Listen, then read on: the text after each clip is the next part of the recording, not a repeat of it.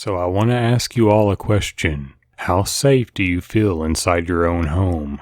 I would hope pretty safe. But these stories will show you just how terrifying it can be when someone's living there uninvited. Let's get to the stories. I hope you enjoy. When I was in 8th grade, my parents separated. Basically, my mom packed her and I up one night, and we moved into my grandparents and didn't look back. We ended up living there through my high school years when he died. My parents officially got divorced. My mom remarried, and we moved into the city with my stepfather. My grandpa lived on the first floor of the apartment, and the owners, an elderly couple who were family to us through marriage, lived on the second floor. The property also had a small in-law cottage out in the back where my uncle lived. For some reason that I will never understand, there was no lock to get into the actual building if you entered through the back. The back door opened into a landing where there was a locked and deadbolted door to our apartment, and then 2 sets of stairs. One led up to the also locked and deadbolted door of the second floor apartment, and the other led down to the basement where there was also no lock. Our apartment could also be entered from the front of the building, but in order to access the second floor apartment or the basement, you had to go through this landing. The basement was actually pretty nice, and at one point they had started to convert it into its own apartment before they ultimately decided to make the in-law cottage instead. So in the basement, there was a full kitchen complete with an oven, sink, and refrigerator. The washer and dryer, which was shared by all of us, was also in the basement as well as just some general storage stuff. The basement was entirely open except for a back room that was full of storage. It had one of those kind of swinging saloon type doors where you can see above and beneath them. The storage area was longer than it was deep, so you couldn't really see anything much behind the doors aside from shelves. You had to walk in them and turn to really see the room. One night when I was in high school, I think I was 15 at the time, after taking a shower, I saw the laundry bin in the bathroom was pretty full, so I grabbed a ton of laundry and headed down towards the basement. It was pretty late at night, but I figured I would at least get it started and move some things over in the morning. I tossed everything onto the ground and started sorting out colors when I got hit with a horrible feeling in my gut. The basement was not at all a creepy basement. It was well lit and pretty welcoming, but for reasons that I can't explain, something just started to feel wrong. Anyone who has ever been hit with the feeling that they were being watched knows exactly what I'm talking about. I don't know how or why it came over me, but it was something that I couldn't shake, and I found myself looking over to the saloon doors, and the only part of the basement that I couldn't see in its entirety. I don't know why, maybe to just assure myself I was being a big baby. I started to walk towards the back room, but stopped myself just as I reached out towards the swinging doors. I've been a horror fan for as long as I can remember, and I had seen more horror movies than I could count, and I knew that if that was a movie, I would be calling myself a dumbass and saying not to go into that back room. I quickly snapped my hand back and ran up the stairs, leaving all the clothes behind, and into our apartment where I locked the doors and immediately told my mom that I had just had the worst feeling in the basement and that I was super creeped out. Despite me not being the type of person that scares easily, she basically rolled her eyes at me and told me to go to bed. I ended up doing as I was told, though it took me a bit to shake the feeling and finally fall asleep. Later that night, my bladder woke me up and I stumbled out of my room to go to the bathroom. I didn't turn any of the lights on as I started making my way towards the bathroom because it usually woke up my grandpa and I didn't want to bother him. When I got closer to the bathroom, I noticed my mom standing in the doorway of her bedroom, and something looked off, and it took me a moment to realize that she was clutching the phone. She then noticed me and whispered to me to get against the wall, which I did without hesitation. It took me a few moments for the grogginess to wear off and my eyes to adjust to the darkness before I could see what she did. My mom's bedroom was immediately off of the kitchen. The kitchen was where the back door that led to the landing and the basement was located. The door had a tiny window up top with a small but thick curtain. It was thin enough that you could see that someone was outside of the door, but thick enough to not be able to make out any of the features of the person on the other side. But there was someone on the other side of the door, and every now and then the doorknob would move, and you could hear this scratching sound that was on the other side.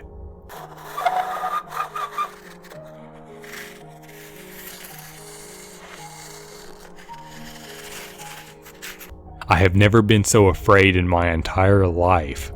I'm not sure how I managed to do what I did next. It was like someone else had taken control over me entirely. I slid down against the wall that I was clinging to and started to crawl against it in the darkness towards the kitchen. My mom looked petrified, watching back and forth between me and the back door. She kept whispering for me to stop and to go back, but I kept moving forward, low and against the wall, towards the counter where I carefully grabbed a butcher knife. I was shaking the whole time I moved with the knife in my hand on the ground next to the fridge, which was next to the door the man was trying to get into. I had this horrible feeling that I was going to be killed, but if I wasn't going to go down without a fight. It felt like I sat there forever in the darkness next to the door, with my mom hiding in the bedroom doorway across from me, just waiting. But it was only for a few minutes. My mom had already called 911 before I had woken up and stumbled my way towards the bathroom. The lights from approaching squad cars soon filled the kitchen, and from the other side of the door, I could hear a sudden clamoring and commotion and the slam of the back screen bursting open as the would-be assailant took off running. It was around 3 a.m. when this happened, so it was completely dark outside, and we lived right by some train tracks and very thick bushes and trees that made it easy for the man to escape the cop that pursued him. The police came in and took statements from my mom and I. My grandpa, who was partially deaf, had managed to sleep through almost the entire thing until the police came through to search the apartment and make sure that we were okay. The outside of the door and the doorknob were both covered in deep scratches, like someone had been going at it with a knife, trying to figure out how to get in. But that wasn't the most horrifying part to me. That was reserved for the basement. The clothes that I had brought down were not where I had left them, and they had been thrown about and disheveled, and the back room, the one with the swinging door that I had stopped myself from going in, the boxes that were out of view, had also been thrown about, all opened, obviously gone through, with some things missing. And then there was some wrappers from food on the floor. He had been down there looking for something to steal. He was down there when I went down to do laundry. I had almost walked into that room, and based on what we had seen on the door, he had a knife. To this day, I can't help but find myself sometimes thinking about what would have happened if I walked into that room.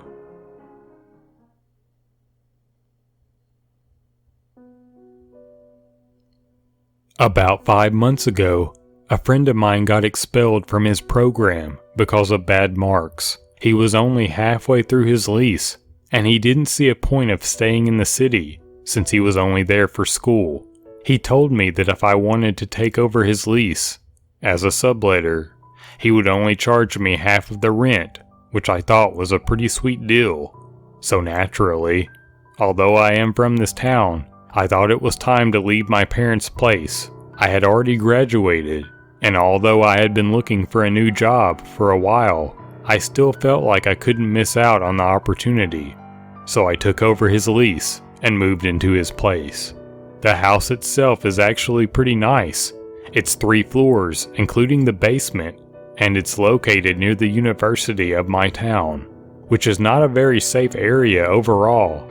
But I spent a lot of my university years here, and never felt unsafe.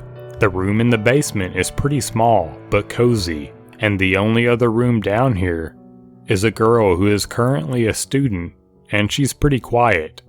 Actually, all the girls living here are pretty good roommates.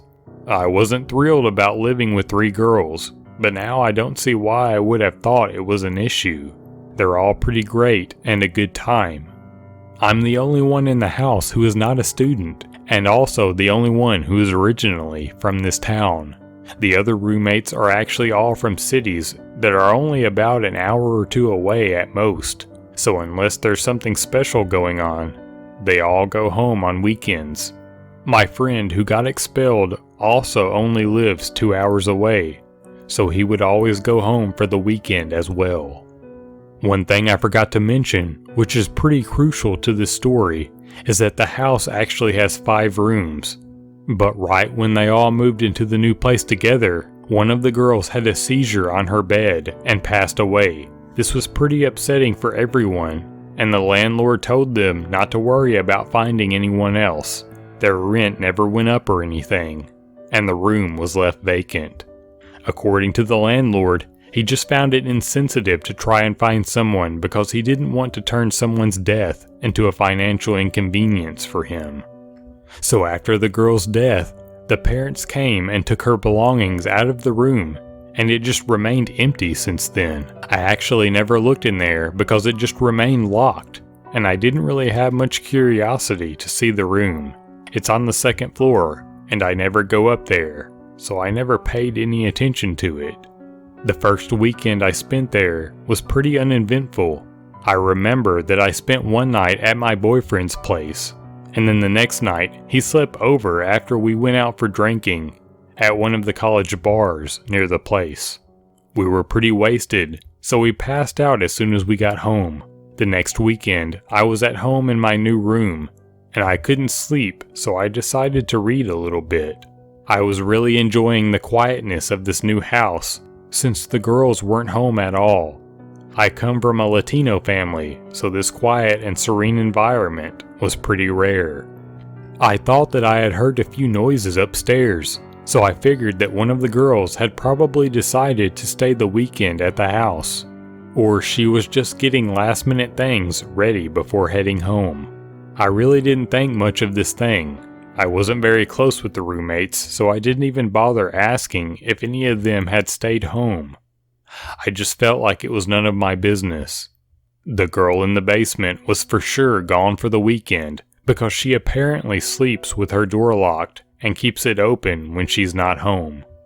One weekend, the same month, I woke up to pee and I could hear a toilet flushing upstairs, which was kind of weird since I knew that none of the girls were home. I was going to go check it out, but in my tired state, I was too lazy and just didn't care enough. It's funny, horror movies are supposed to make you paranoid, but the biggest lesson I got from them was that there's always a rational explanation for things.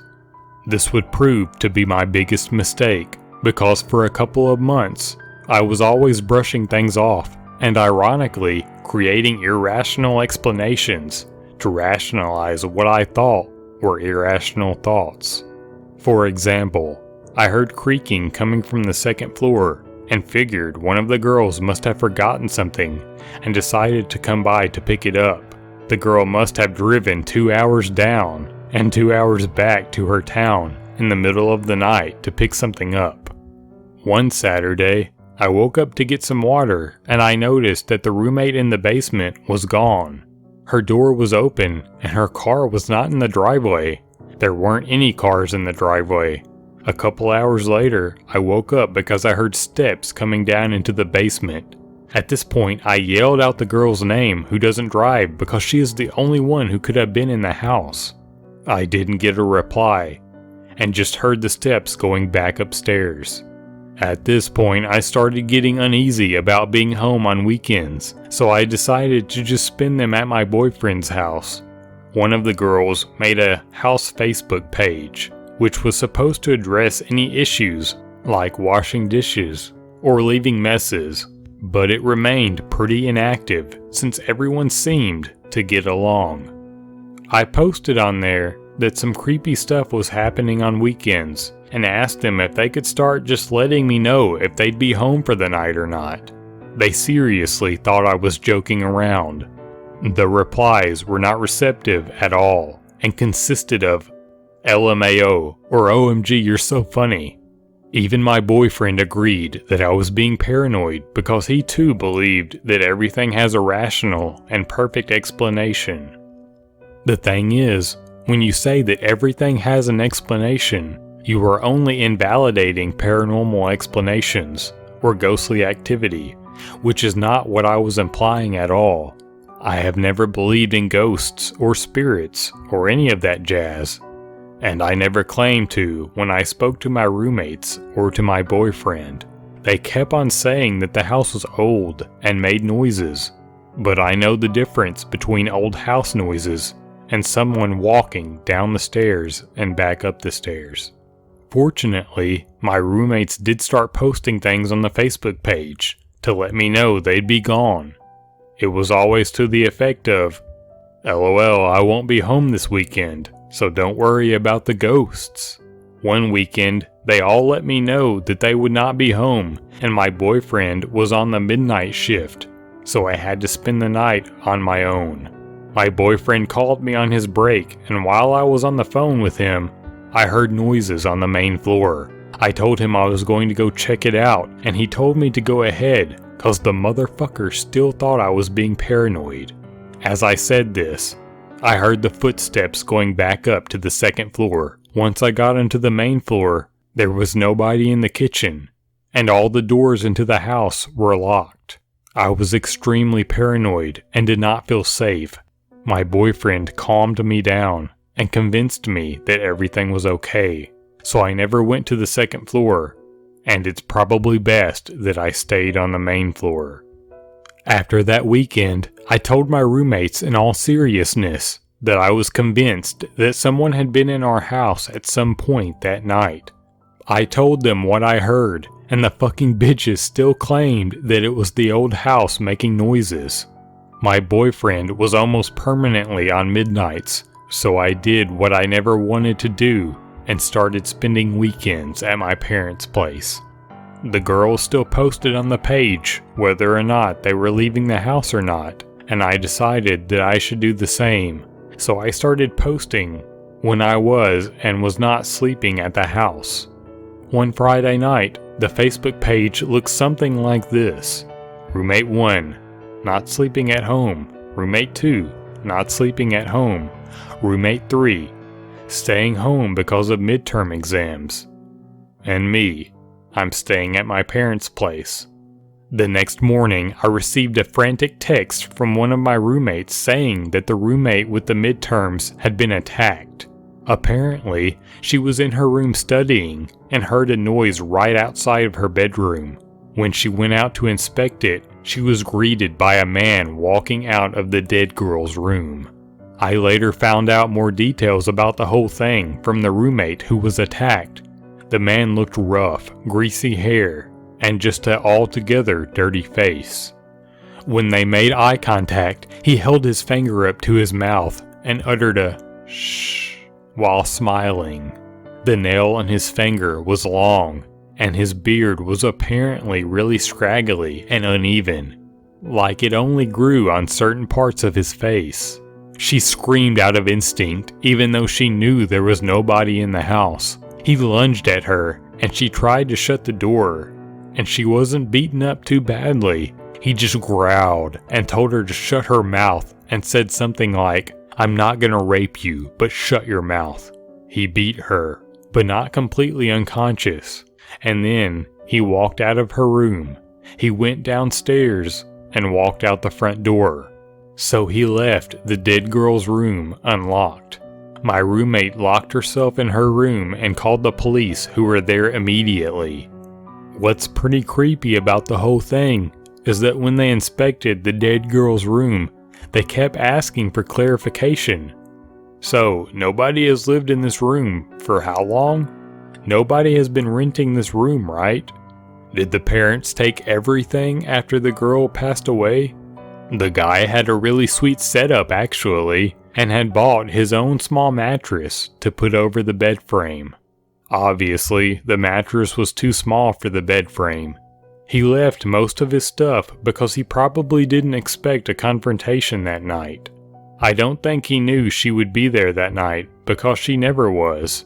It probably sucked for him when I moved in because before me, the bastard had the whole house to himself 2 days a week. The police did ask me quite a lot of questions and were very interested in hearing my statement about hearing footsteps at night. My 3 roommates and my friend are now convinced that maybe the girl didn't die the way she said she did, and maybe he murdered her.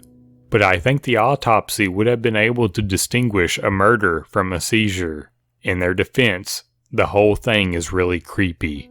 We're not really sure how long the guy had been living here, but it's very likely that it has been for at least a few months. The theory is that the guy had been climbing in through the window, so it's possible that he was even there at times when all of us were there. The police are really interested in talking to the landlord because they want to know how the man found out about the vacant room. The landlord is a pretty decent guy, so I don't know if there's anything going on there. I don't even feel an "I told you so" attitude from this whole thing. I think that I am just glad that the girl is okay, because she seemed pretty shaken up. I just wish people were more willing to listen to me when I told them that I thought somebody was coming into our home. I even said it might be a squatter, which everyone laughed at. This happened very recently, so it might be a while before an update. As of now, the man has not been found, but the police remain optimistic about finding him, whatever that means. This has been a pretty terrible month for me, and I don't know if I want to be at this house anymore. I don't have much left on the lease, and I recently lost my job, so it might be for the best for me to leave this place now. I doubt the guy will come back because all of his stuff has been taken out, but I still find it creepy in this house. I definitely don't spend weekends here anymore.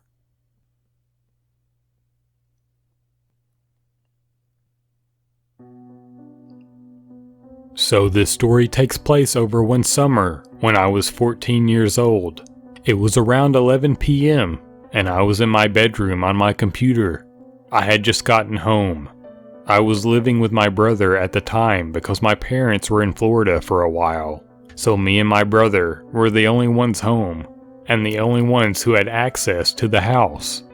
I needed a photo of myself for something, I don't remember what, and I opened my camera roll to look through. This is the picture that I saw. Immediately, my whole body froze and I couldn't move. I immediately closed the camera roll and sat in my bed for a while. I began shaking and tears of fright came to my eyes. I gained the courage to open the camera roll to look again. I stared at the photo for at least 10 minutes, feeling more uneasy every second. I checked the time the picture was taken, and that made me even more distressed. The picture was taken at 9:45 p.m., which made it worse that me and my brother both left the house at 8 to go get dinner. No one was home at the time the picture was taken. Afraid to leave my room, I picked up my phone and messaged my brother. I told him that I was so scared I couldn't move, and if he could come here. He asked what was wrong, and I sent him the picture from my computer, along with what happened. Him thinking it was a joke laughed and told me goodnight. Me not joking, I called him. He could obviously hear me crying and started questioning me. I told him to come to my room, and he did so. He entered my room with a golf club for protecting. At this point, we were both shitting our pants, staring at the blurry picture of a man we didn't recognize. We decided to go check out the house, so we proceeded to swipe through all 4 floors of our house. We didn't see anything sketchy on the top 3 floors, so we walked down to the basement. We walked down the stairs, and my brother led the way. "Shit," he whispered. I looked to the back corner of our basement where the cellar door that leads to the outside is. The door and the hatch thing that covers the steps to the outside are both wide open. After this happened, we called the police and showed them the picture and told them the story. They told us to lock our doors and call them if we heard or saw anything else. We locked the doors and both sat in his room for the rest of the night. Whoever was in our house and on my computer must have opened the computer and opened the camera accidentally. He must have decided to be a total creep and snap a picture of himself. I still wonder why someone would just break into a house for nothing. Nothing was stolen. No drawers or cabinets were open. Nothing seemed out of place.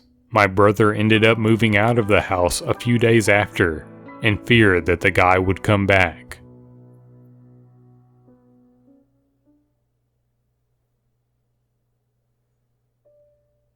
This is the scariest story I've ever found myself a part of, and one that I like to tell people I meet at bars. Most of them laugh and don't believe me. Others are very intrigued and ask for every minute detail. But I'm telling you now that it's true, and my roommates can attest to it. For a brief few years, I went to college in one of the biggest, if not the biggest city in Kentucky. In between the university and the hustle and bustle downtown area, what we called Old Louisville. Old Louisville was composed of a mishmash of beautifully decorated and completely unkempt historic homes, with building dates ranging from the late 1800s and on. Many of the owners did a piss-poor job of remodeling the mansions, so they were split into apartments of sorts. And in one of these mansion-converted apartments is where my story begins. I lived with 2 females and 1 male in a 3-bedroom, 2-story mansion. I shared a room with the male, who, for the sake of being anonymous, we'll call Q. The place was dirty, but you absolutely couldn't beat the price. $200 a person, including utilities, and it was about a mile or so walk to campus. The apartment must have been over 2,500 square foot. We had the biggest apartment in the house. There was a vacant apartment on the 3rd floor above us, and an apartment beside us on the 1st floor. I cannot preface this enough to you that the whole place was gigantic. When you first walk in through our enormous front door, you're greeted by 2 giant staircases with old wooden banisters that led to the upstairs bedrooms and kitchen. One of the staircases led up to the vacant apartment above us, but it was sealed from the inside. On part of the landing of one staircase, we even had a stained glass window. This made more sense to me when I finally moved in, because there were built-in pews on the 1st floor, where our designated living room was. I'm guessing it served as a church at one point, which now that I think about it, makes everything a tad more creepy. I'm probably not describing the layout of this place the best, but it doesn't really matter. The only relevant piece of information about the layout that pertains to this story is the staircase that led to our basement.